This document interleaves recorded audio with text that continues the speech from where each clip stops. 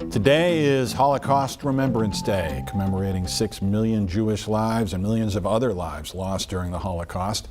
Fewer and fewer survivors are with us each year, which is why sharing their stories right now is more important than ever. Maureen Kyle shows you one woman at the center of a documentary that highlights an extraordinary group of women who survived.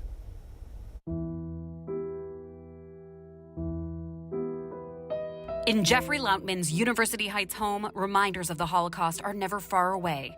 His mother, Bertha Berkowitz Lautman, was a survivor. I'm going to start with a photo of my mother's family, taken in the early 1930s in a little village called Vyšná Pisana in Slovakia. And in this picture, there are 10, and only 3 will survive. Bertha was part of the first group of young Jewish women taken from their homes in Slovakia to the notorious Auschwitz-Birkenau concentration camp in Poland. When the police came, well, I had to start packing.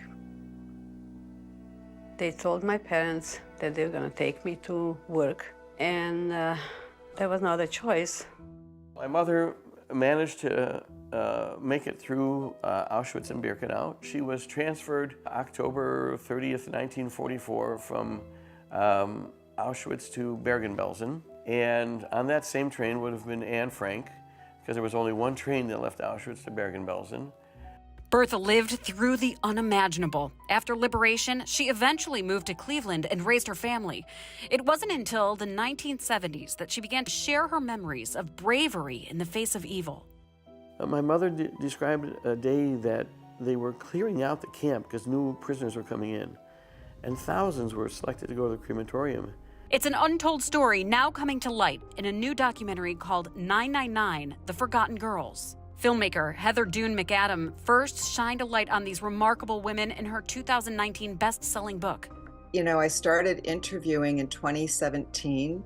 Because the women were old, I filmed everything. Those interviews became the basis of the documentary, featuring new and archived testimonies of survivors. It was like this domino effect. I started to find all of these other women, and also families started reaching out to me. I really wanted to create a full story of a transport.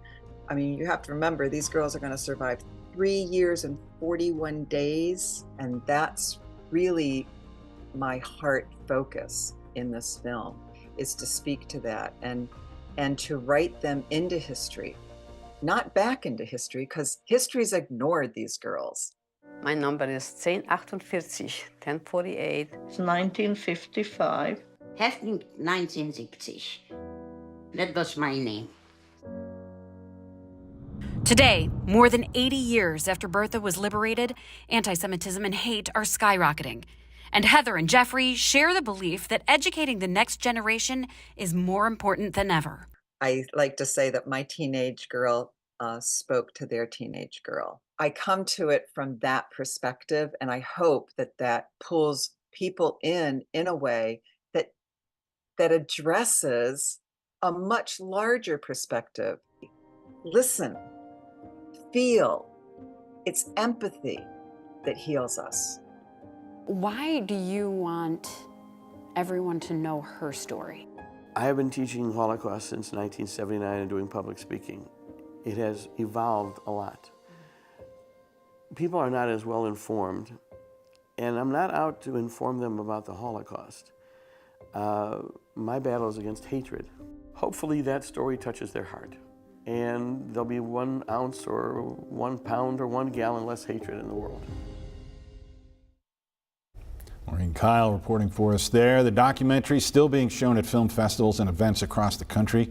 You can find their screenings. They've got a list of them available at 999themovie.com.